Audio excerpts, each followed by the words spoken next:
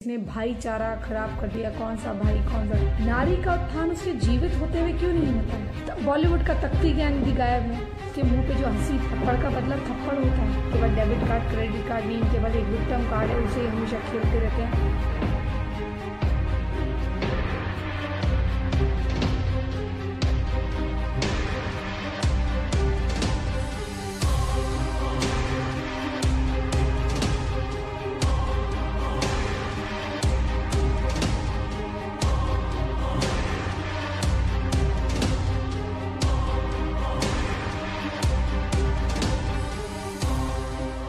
नमस्कार दोस्तों, जय श्री राम, हर हर महादेव। मैं हूं आपकी अपनी प्राची अधिकारी। आज मैं आपसे बात करने जा रही हूं 16 वर्षीय 12वीं की छात्रा अंकिता के बारे में। अभी तक तो आपने अंकिता के बारे में काफ़ी कुछ सुन लिया होगा कि किस तरह 22 तारीख को उन्हें धमकी मिली एक ऐसे युवक से जो 10-12 दिनों से उनको लगातार परेशान कर रहा था। लेकिन यह सिलसिला पिछले 1-1.5 सालों से चलता हुआ आ रहा था। और क्यों प्रशासन ने इस पे पहले कार्रवाई नहीं करी और क्यों इतनी देर लग गई एक समाज को, एक परिवार को यह समझने में कि यह आगे चल के उनकी बेटी का न केवल भक्षक अपितु उसका हत्यारा भी बन सकता है। थोड़ा मामले पे प्रकाश डालते हैं। यह घटना है झारखंड दुमका की। बहुत लोगों ने अंकिता के बारे में बात करी। थोड़ी बात पीड़िता से हटकर उस हत्यारे, उस क्रिमिनल के बारे में भी करते हैं जिसने ये पूरे क्राइम को अंजाम दिया है। और यह पहली घटना है नहीं, इस तरह की बहुत सारी घटना हुई है। ये सारी घटनाएं मुझे हाथों में याद है। कुछ घटनाएं तो मुझे हाथों में याद है। बॉम्बे की घटना हो, मुंबई की वो घटना हो जिसमें एक 24 वर्षीय लड़की के छोटे भाई को अपहरण करा जाता है, जिसमें उसको शादी का दबाव, भाई को किडनैप करके करा जाता है। हालांकि वहां पुलिस ने पकड़ लिया था। वैसे ही कम उम्र की बच्चियों के साथ शोषण के मामले हो, उनके जान पहचान के व्यक्तियों द्वारा राजस्थान के, वो भी मैंने आपको बताए। निर्भया से बड़े बड़े जो अपराध हुए उसके बारे में भी मैंने आपको राजस्थान के बताया था। लेकिन आप शायद भूल गए होंगे, एक 14 वर्षीय बालिका के बारे में आपको मैंने बताया था बिहार की। और भी जो सामाजिक अन्याय हुए हैं एक विशेष समुदाय के द्वारा, वो मैंने आपको सारी की सारी रिपोर्ट करी है घटनाएं। जहांगीरपुरी की घटना हो, एक लड़की से कहना कि तू खूबसूरत है, अपने आप को बहुत समझती है, मेरे भाई तेरे साथ बकार कर देगा, आप समझ रहे हैं शब्द, जबरदस्ती कर देगा। और यह सब कहकर उस लड़की के घर में उस लड़के का आना हो, उसकी छोटी बहन को निर्वस्त्र करना हो, उन्हें पीटना हो, यह सब घटनाएं मैंने आपको बताई। और किस तरह से बुरा हाल है, ये समूचे भारत में चल रहा है। थोड़ा उत्तर प्रदेश में इसलिए कम है क्योंकि योगी जी का शासन सख्त है। लेकिन ऐसा नहीं कि वहां जोर जबरदस्ती करने की प्रयास न करे गए, प्रयास कर चुके हुए हैं। अब हम झारखंड दुमका की घटना के विषय में बात करते हैं।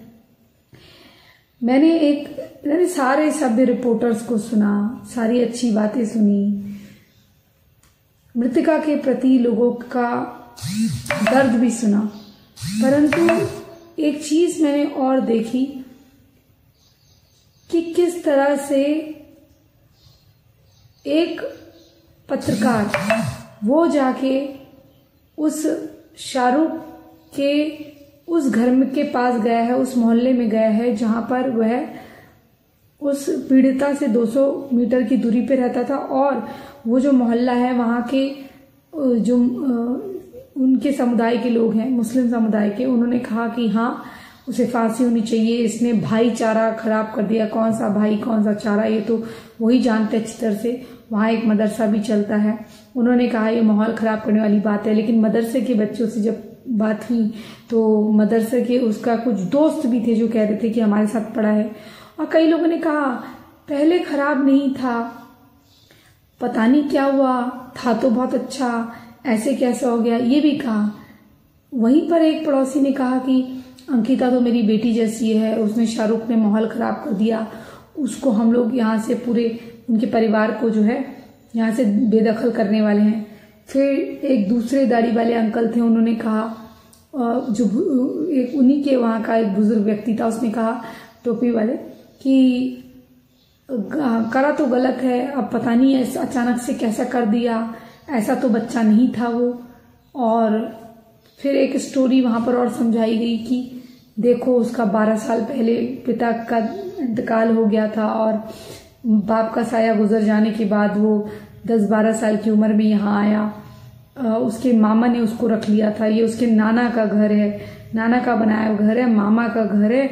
और फिर उसके मामा यहाँ ले आए और यहीं उसकी माँ रहते थे। अब कहाँ है, वहाँ पुलिस फोर्स तैनात है, लेकिन अब कहाँ है।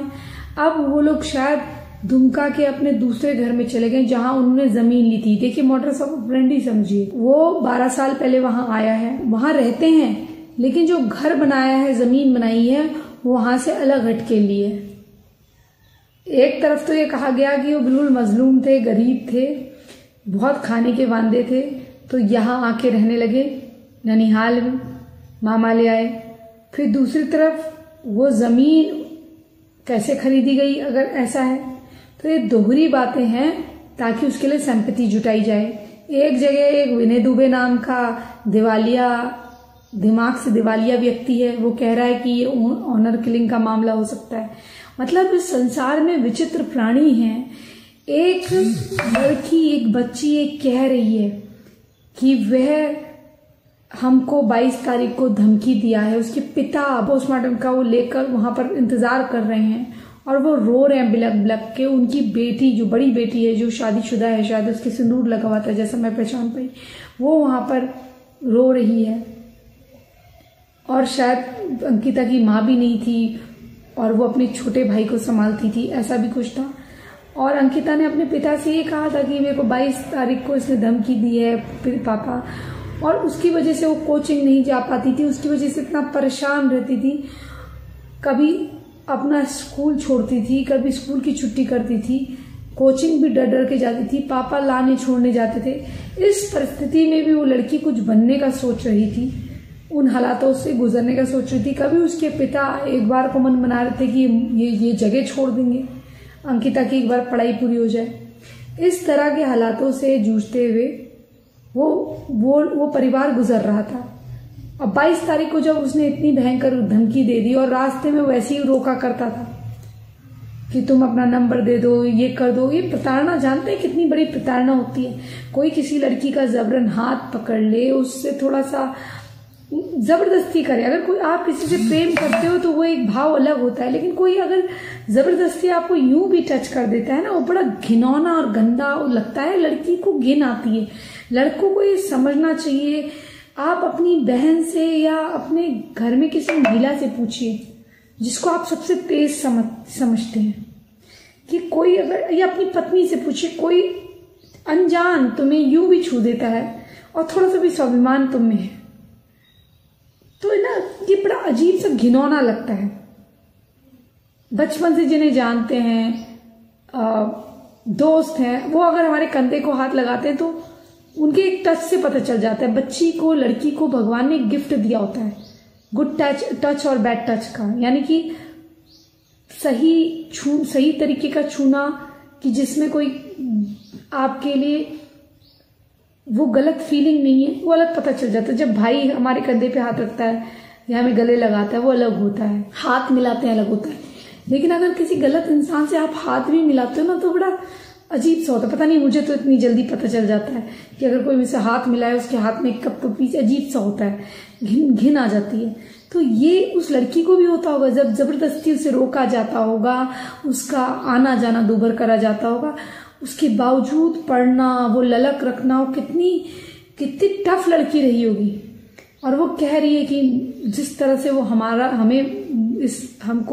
हमें आज हम मर रहे हैं, हमें मृत्यु के घाट उतारा है, उसी तरीके से उसके साथ भी।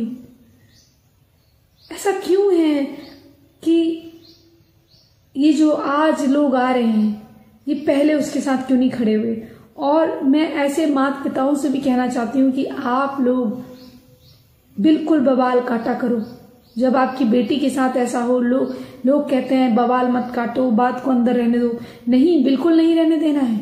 अगर एक आपकी घर की परिवार की लड़की के साथ कोई अपराध होने की आशंका आपको लग रही है, पहली बार भी ऐसा हो रहा है, तो ये मत समझिए कि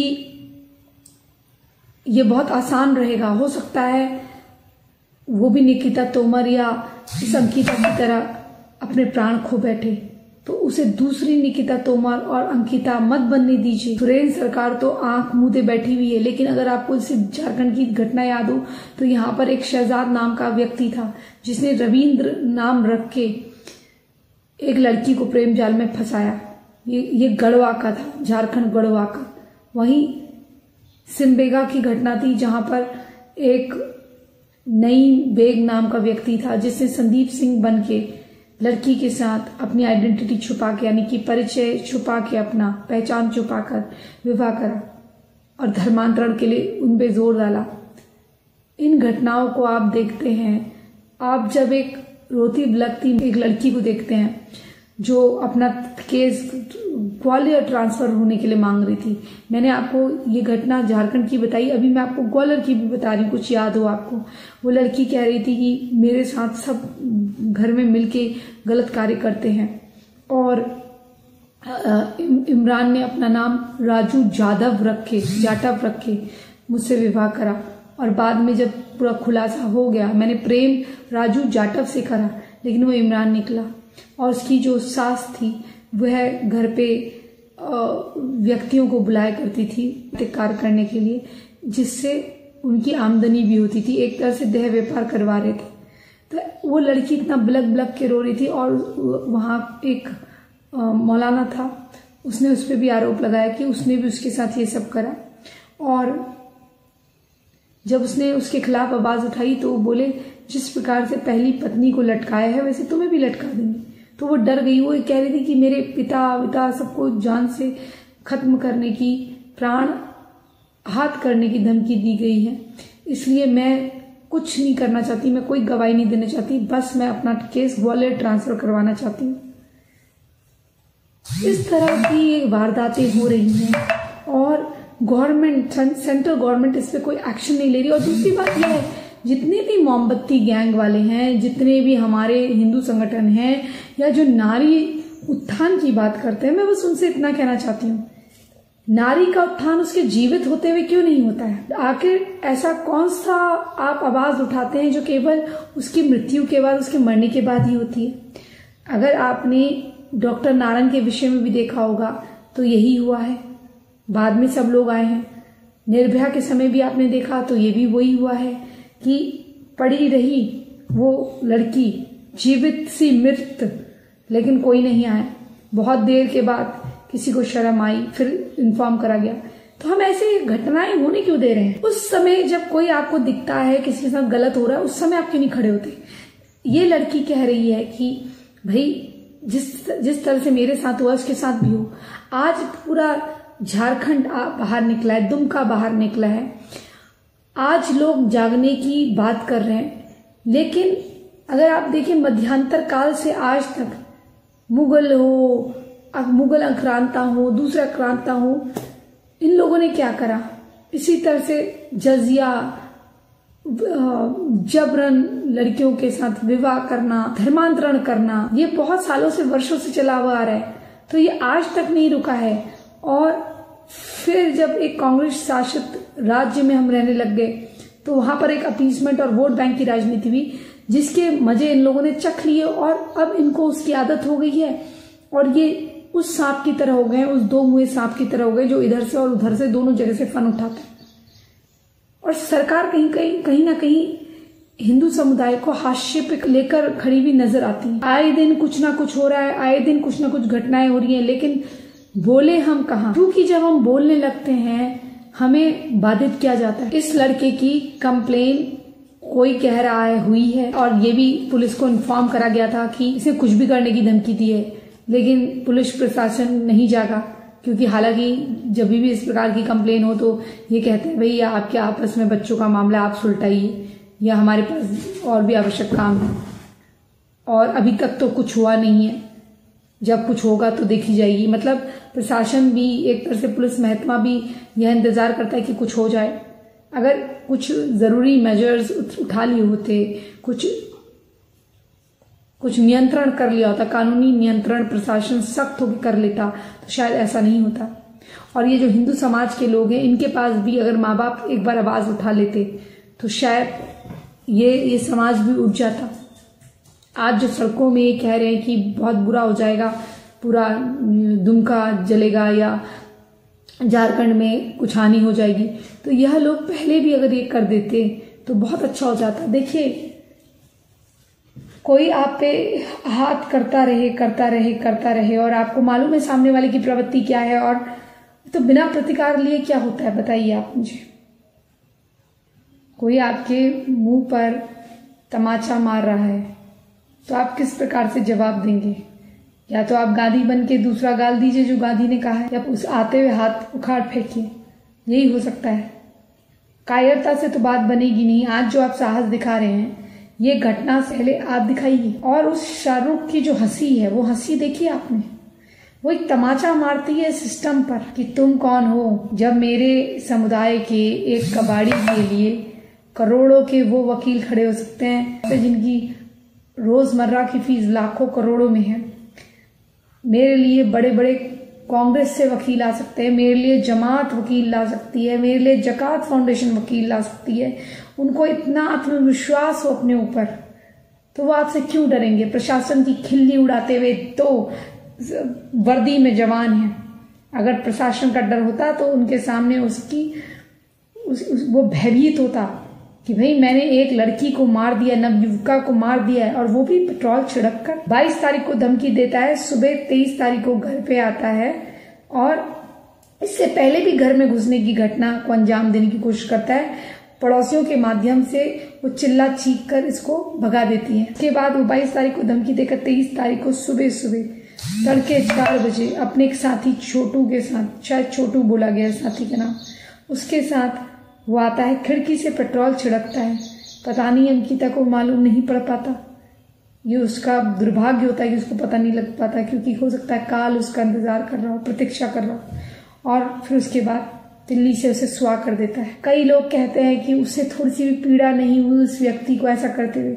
उसे क्यों होगी? जहां वो रहता है वहां एक मदरसा है, इसी तरह की तालीम उसे हासिल होगी। एक सवाल है आप सबसे, क्यों ऐसे शाहरुख, ऐसे तौसीफ इन मदरसों से इनकी उत्पत्ति हो रही है? ऐसा क्या पढ़ते हैं ये जिसके कारण यह इस प्रकार के उसामा और अबू बकर जैसे बन जाते हैं? और ऐसा कौन सा अंतर्राष्ट्रीय दबाव है जो हमारी सरकारों को इस तरह से विवश करी हुई है कि वो कोई न्याय संगत कार्रवाई नहीं कर पा रहे, जबकि हमारे पास विश्व की तीसरी आर्म फोर्सेस हैं। एक गणतंत्र के तौर पर हम अपने आप को एक लोकतांत्रिक देश के तौर पर कहां देख रहे हैं? इस समय मुझे अश्विनी उपाध्याय जी की कुछ बातें याद आ रही हैं, जिसमें वो कहते हैं कि ये अपराध कभी नहीं रुक सकते जब तक अंग्रेजों के बनाए हुए कानून चेंज ना हो। एक देश, एक कानून का मैं समर्थन करते हुए आज ये बोल रही हूं कि ये अगर घटनाएं रोकनी है तो कानून में तब्दीली लानी होगी, और कानून बनाने के बाद उन पे इम्प्लीमेंटेशन होना चाहिए। फास्ट ट्रैक कोर्ट मतलब फास्ट ट्रैक कोर्ट, तुरंत निर्णय और तुरंत फांसी।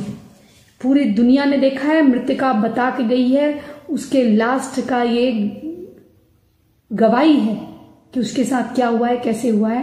इस बात को आप पहचानिए और इसे न्याय देने का कार्य करिए।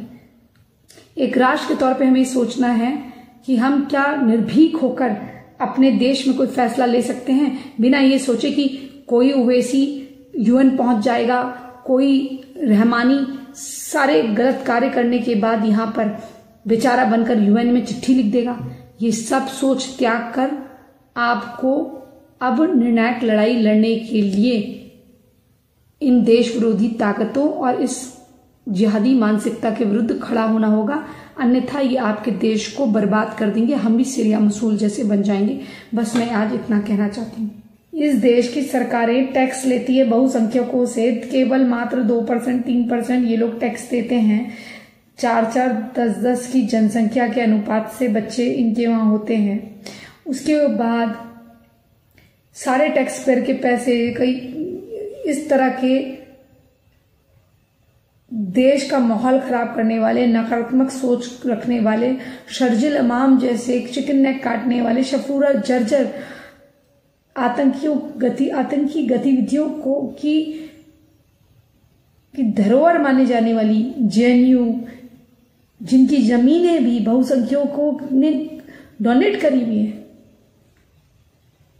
और असल मायने में वजीफे मिलना, इनको स्कॉलरशिप मिलना, इनके स्टाफ को रखना, इनके उन 50-50 40-40 साल के 65-65 साल के इनके जो स्टूडेंट हैं उनको पालने का काम बहुसंख्यकों के पैसे से होता है। और किस लिए होता है? ताकि आगे चलकर ये बुरहान वानी को बेचारा गरीब हेडमास्टर का बेटा कहने वाले पत्रकारों को वहां से उनकी उत्पत्ति करें, उन माइंडसेट्स की उत्पत्ति करें जो चिकन नेक काटने की बात करते हैं। मैं शर्जिल इमाम की बात कर रही हूं। या उनकी बात करें जिनको कोर्ट झूठे सर्टिफिकेट के आधार पर बेल दे देता है कि वो प्रेग्नेंट है, और वो प्रेग्नेंट नहीं थी, हमें गलतफहमी थी, मुझे भी गलतफहमी थी प्रेग्नेंट है। ऐसा एक और केस हुआ है, उसमें भी ये कहा गया है कि वो फला लेडी जो है वो प्रेग्नेंट है, जबकि वो मुस्लिम महिला प्रेग्नेंट नहीं है। ऐसा बहुत बार हुआ है। 2-2 3-3 साल हो गए, उनके बच्चे नहीं हुए हैं। तो वो हाथी का बच्चा भी ना 21 महीने में हो जाता है, इनके बच्चे तभी भी नहीं होते। शफूरा जर्जर का अब तो बच्चा हो गया होगा, अगर वो प्रेग्नेंट थी तो अब वापस क्यों नहीं आती जेल की तरफ को। वो जो शाहरुख चल रहा है, वो जो हंसी उसके चेहरे पर है, वो तमाचा मारती है उस कानून के मुंह पर, प्रशासन के मुंह पर, जिसके प्रांगण में उसके लिए करोड़ों के वकील खड़े हो जाएंगे। ये आत्मविश्वास उसके चेहरे पर है। वो टैक्स का पैसा, वो फ्री का राशन, वो सब उसके आत्मविश्वास का कारण है जो ये सरकारें उनको देती हैं। भारत की दूसरी सबसे बड़ी जनसंख्या को मुफ्तखोरी की आदत दिलाकर उन मदरसों को या उन दरगाहों को पालना जहां पर जो मूर्ति पूजक हैं उनके प्रति घृणा सिखाई जाती हो, ये कहा जाता हो कि इनको जीने का हक नहीं है, या इनकी बेटियों से आप विवाह करिए और उन्हें धर्मांतरण करिए तो आपको सवाब हासिल होगा। इस प्रकार की जो बातें सिखाई जाती हैं उसी का नतीजा है कि एक शाहरुख हुसैन बनता है। और यह क्यों हो रहा है? एक घृणात्मक सोच के कारण। जहां एक MBA पास को 16-17 हजार रुपये तनख्वाह नहीं मिलती, वहां इन मौलाना मुफ्तियों को 35 हजार और एक झाड़ू पोछा लगाने को वाले मौजम को मस्जिद में 17 हजार रुपये तनख्वाह मिलती है। किस बात की? यही सब सिखाने की कि सबसे बड़ा हमारा है, उसके सिवाय कोई नहीं, दुनिया में कोई और मामूद नहीं उसके सिवाय, अल्लाह के सिवाय। ये सब बातें सुनकर देखकर ऐसा लगता है कि इस देश की सरकारों ने ही ये जो वारदातें हो रही हैं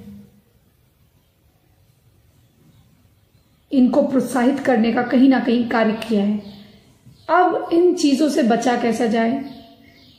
जैसा कि मैं हिंदू बेटियों बहनों से कहती हूं, इनसे कोई साहूकार न रखें। पहली बार ही जब इस प्रकार की कोई घटना होती है तो सीधे पुलिस प्रशासन पे पहुंचे, सोशल मीडिया पे वीडियो डालें, उसे सर्कुलेट करें, नारी संस्थाओं से, जितने भी हिंदू ऑर्गेनाइजेशन हैं उनसे मदद मांगे। और उन ऑर्गेनाइजेशन के लिए भी मेरा सुझाव है कि पहले आप कार्य करें, घटना होने का इंतजार ना करें।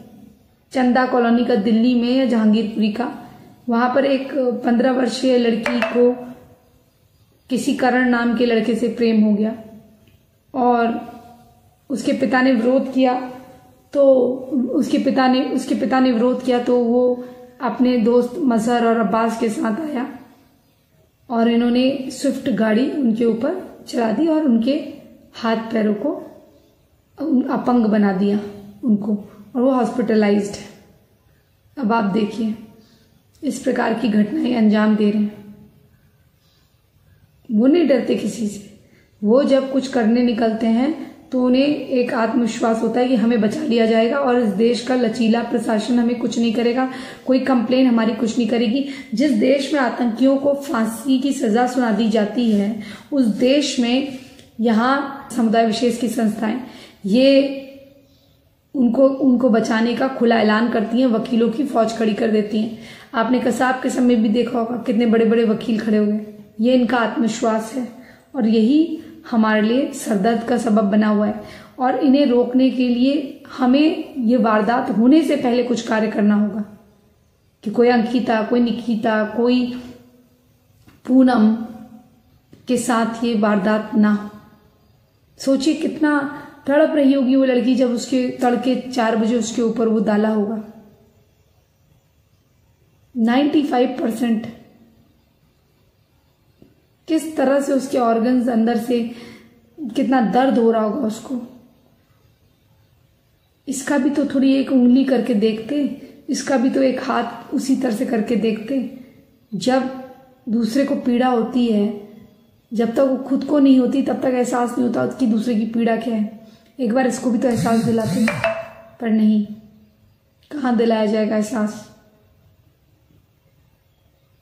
यह भी तो सच है, उसके बगल में ही मदरसा है, उसके घर के बगल में ही। और एक तरफ तो कह रहे हैं उसको फांसी की सजा दे दी जाए, उधर ही उसका जो बेस्ट फ्रेंड है उस लड़के का वो कह रहा है कि कानून के हिसाब से सजा हो। बॉलीवुड का तख्ती गैंग भी गायब है। याद है Asifa, I am Hindustan, I am शर्मिंदा। आज वो गैंग कहाँ है? क्योंकि लड़की का नाम अंकिता है और जो कातिल है उसका नाम शाहरुख है। ऐसा क्यों है? इतना बायसपना क्यों है? सत्य को सत्य बोलने की आजादी क्यों नहीं है? अगर किसी ने कोई अपराध किया है और यह निरंतर चला आ रहा है और हैबिचुअल क्राइम ऑफेंडर्स एक जगह से निकल कर आ रहे हैं, तो उस पर बात क्यों ना हो, उस पर चर्चा क्यों ना हो? उस चर्चा को करने से क्यों डरे, क्यों बचें? अब बात अगर सुरेंद्र सरकार की करें तो किस तरह से वहां आदिवासियों की जमीनों पे कब्जे हुए, वहां किस प्रकार से लड़कियों को झांसा देकर उनके साथ विवाह कर वो उनकी जमीनों पे कब्जा कर रहे थे, भूमि अतिक्रमण हो रहा था, ये सब देखा गया नहीं। और इससे पहले जो एक नमाज का दंगा हुआ, नमाज में एक दंगा हुआ, उसमें वहां पर एक नदीम नाम का, या कोई कह रहा है रिजवान नाम का या नदीम नाम का, हो सकता है 2 व्यक्ति हों, लेकिन वहां पर मैंने लोकल से सुना तो वो नदीम कह रहे हैं और टीवी में किसी के मुंह से सुना तो रिजवान कह रहे हैं। वो जब जल जाता है तो उसके लिए एयर एम्बुलेंस आती है। तो ये दुमका की बेटी थी, इसके लिए क्यों नहीं हुआ? क्योंकि ये हिंदू थी इसलिए इसके लिए वो एयरलिफ्ट करने की सुविधा नहीं हुई। अगर इसे फटाफट एयरलिफ्ट कर लिया जाता तो ये लड़की नहीं बचती क्या? ये सोचिए आप इतने ज्यादा, आप इसमें चक्कर में आप इतने ज्यादा हो गए कि आपने एक तो वहां घुसपैठ करा दी है बांग्लादेशियों की, वहां खूब आप घर दे रहे हैं, उनको सरकारी लाभ दे रहे हैं, और वहां जगह जगह अतिक्रमण हो रहा है। गैर कानूनी मस्जिद हो या गैर कानूनी मदरसे हो या भूमि अतिक्रमण के द्वारा मज़ारे बनाना हो, अवैध मज़ारे बनाना हो, आप वो हर चीज बनवा देंगे। वहां गरीबों को अगर घर देना हो तो एक ही समुदाय विशेष को दे देंगे आप। अगर नमाज में दंगा वो करें तो उनको एयर एम्बुलेंस से आप उठा भी लेंगे। लेकिन अगर वहीं एक शाहरुख अंकिता को 95% तक ज्वलित कर देगा, मृत्यु की कागार पे लाके खड़ा कर देगा, तो आप उसके लिए एयर एम्बुलेंस नहीं लाएंगे। आपके घर की बेटी होती तो, अरे हाँ, आपके घर की बेटी होती तो आप तो उसको साइट सीइंग के लिए ले जाते, बोट में सैर सपाटे करते। क्योंकि आपके घर का कोई नहीं हुआ ना सुरेंद्र जी, आपके घर का कोई नहीं हुआ। लेकिन घबराइए मत, अगर इसी प्रकार के आप नेतागण रहे तो आपके घरों में ये जरूर आग आएगी। इससे आप भी बचे नहीं रहेंगे, ये आंधी आपको भी ले डूबेगी। आज जिस वोट बैंक के लिए आप इतना नाच रहे हैं, कल को धीरे धीरे आपके लोग ऐसी हताशा पे आके खत्म हो जाएंगे या धर्मांतरित हो जाएंगे और आपको वोट देने वाला कोई नहीं होगा और आपकी जगह इसी शाहरुख के बाप ने ही ले ली होगी और तब वो भी आपकी सुपुत्री को ऐसे नचा रहे होंगे। क्या हिंदू अपनी बेटियों को पढ़ाए ना? क्या हिंदू अपनी बेटियों का 10-12 साल, 15 साल, 16 साल की उम्र में विवाह कर दे? अगर सरकार यही चाहती है, कोई कदम नहीं उठाना चाहती, ठोस कदम नहीं उठाना चाहती ना, इनके क्या बुलडोजर चलाएंगे? उसका एक कमरे का फुटपतिया घर है, उसका मामा का घर, अपने असली घर में वो चले गए हैं, वहां से अंडरग्राउंड हो गए हैं। तो इस तरह की सोच वाले लोगों के बारे में एक ही चीज है इलाज, एक तो माइनॉरिटी कमीशन बंद हो, इसकी मान्यता रद्द हो और ये जो पर्सनल लॉ बोर्ड है ये खत्म हो। इस देश में एक देश एक कानून आए, प्रशासन सख्त हो और जो पुलिस वाले कार्य नहीं कर रहे हैं, एक नूर मुस्तफा है वहां का इन्वेस्टिगेशन ऑफिसर जिसने इस केस को नजरअंदाज करा और इसका एक दोस्त जो छोटू था उसको छोड़ने में मदद करी और इसको भी यही शय दे रहा था, ऐसा सुना है। और जबकि उनको इन्फॉर्म करा गया था कि भैया ये लड़का कुछ भी कर सकता है, तो उसने कोई कार्रवाई नहीं करी। तो वो जो घमंड था उसके मुंह पे, जो हंसी थी, वो प्रशासन के मुंह में तमाचा था कि मेरे लोग बैठे हैं वहां पर, वो मुझे बचा लेंगे, क्योंकि हमारा व्यक्ति तो पढ़ लिख कर अपने फर्ज फराइज की बात करता है कि मैं तो भाई कर्तव्य निभाऊंगा, लेकिन वो अपने धर्म के प्रति, अपने राष्ट्र धर्म का कर्तव्य भूल जाता है। राष्ट्र धर्म क्या है? मूलभूत तत्व सनातन, इसके कर्तव्य को भूल जाता है। ये माइनॉरिटी कोटा बिल्कुल बंद हो, अनैतिक जनसंख्या विस्फोट और फ्री की रेवड़ियां यहाँ पर घुसपैठ का बड़ा कारण है और यही फ्री की रेवड़ियों के कारण इस प्रकार के शाहरुख तैयार हो रहे हैं इन मदरसों में, जो ये तालीम पाते हैं कि जो तुमको ना माने उससे तुम घृणा करो। यह नहीं चलेगा, यह अब नहीं चलेगा। आप प्रतिकार करिए, आप रोड पे आइए और इसका प्रति उत्तर आप ऐसे दीजिए जैसे ये चाहते हैं। थप्पड़ का बदला थप्पड़ होता है। फास्ट ट्रैक कोर्ट क्या होते हैं?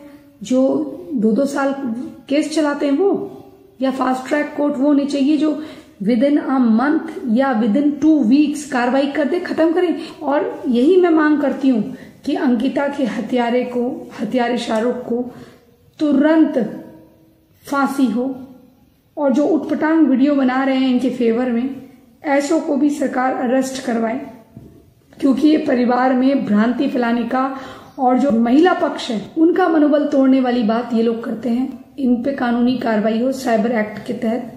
और मैं उन लोगों से भी हाथ जोड़कर विनती करती हूँ कि अगर इस प्रकार के अपराधियों के केस आपके पास आते हैं तो कोई भी सनातनी समुदाय इनके केसेस को ना ले, इनके साथ खड़े ना हो। पहले एक बार विक्टिम को देखिएगा, विक्टिम के घर वालों को देखिएगा रोते बिलखते, उन पे यकीन करिए, उनका साथ दीजिए। अपने बच्चों के लिए, अपने देश के लिए बद्दुआएं मत लीजिए। आखिरी में जाते जाते ये कहना चाहूंगी, और कितनी अंकिता, कितनी निकिता, कितनी सुष्मिता, कितनी गीता, कितने करण, कितने किशन, कितने उमेश, कितने गोपाल, हम इसी तरह खोते रहेंगे। और ये कब तक चलेगा? सोशल मीडिया साइट से देखकर उन्हें ज़िबा करने की घटनाएं हो, या किसी महिला के इकरार के बाद सूटकेस कांड हो, या कर्नाटक की लड़की की तरह 6-6 इंच चाकू से वार कर दिया, या फिर ज़िबा करके छोड़ दिया या जला दिया। ये क्या इतना आसान है? ये कब तक हम सहेंगे? कब तक हम सहेंगे? उनके लिए तो आसान हो ही गया है, लेकिन हम कब तक सहेंगे? ये हमें एज अ सोसाइटी सोचना है कि हम अकेले हैं, हमारे लिए कोई प्रशासन नहीं है, कोई शासन नहीं है।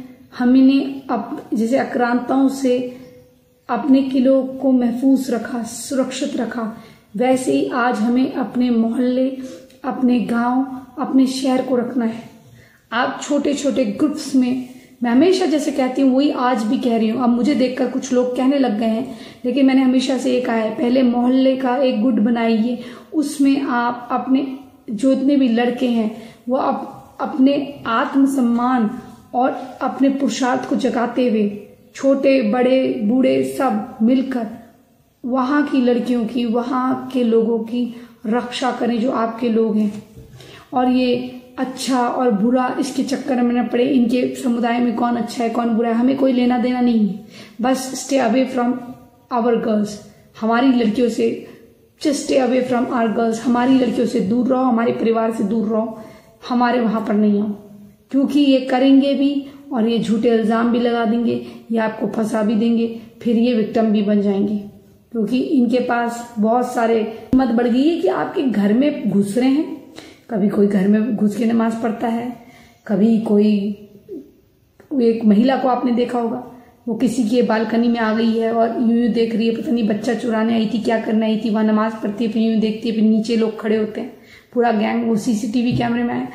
तो ये ना जाने किसकी रैकी करने आए, कभी भीख के माध्यम से, भीख मांगने वाले के माध्यम से, कभी पड़ोसी बनकर आ जाएं, कभी किराए में कोई घर ले लें, और ये तो इंतजार भी कर लेते हैं 1-1 साल 2-2 साल तक का, जैसे इसने करा, और घर लेंगे कहीं और, किराए में रहेंगे कहीं और, वारदात करेंगे कहीं और।